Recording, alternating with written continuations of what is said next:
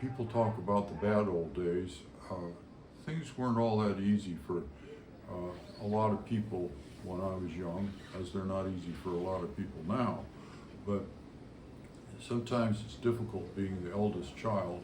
The parents are worried about how they're going to afford, this is middle class parents I'm talking about, middle class family. They're worried about, cut, I just burped.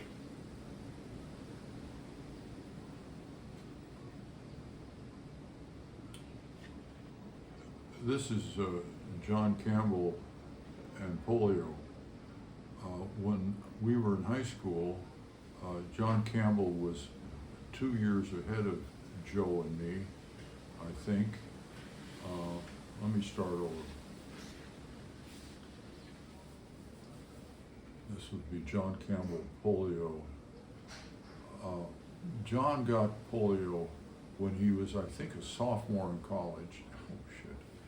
Cut.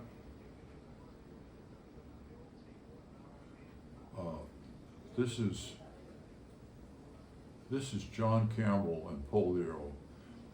John Campbell was the older brother of Joe Campbell, and he was a year ahead of us in high school, and he was the strongest guy in the school.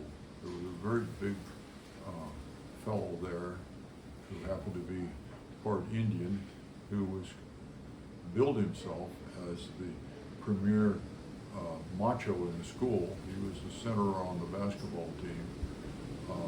And one day, John challenged him to an Indian wrestling, where both guys lie down on their back and they hook their one leg each at the knee, and then they both pull as hard as they can. And John flipped Andy Crown and created a sensation in the school that he'd been able to do that.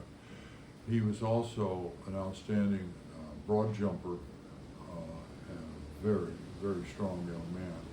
Well, he wasn't enough for him to be a straight A student and a star athlete, but he also was expected to work nights in a restaurant, which at that time was called the YN. I'm blocking on the name of it now, but it's out at the east end of town, right after you cross the bridge leaving downtown, the river.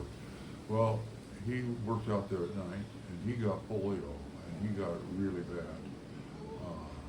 Only recently has Joe pointed out to me that he got it too, but he had a mild case, and he thinks it's caused him to have kind of a reedy voice in his latter years. But John, it really messed up his voice, and it never recovered.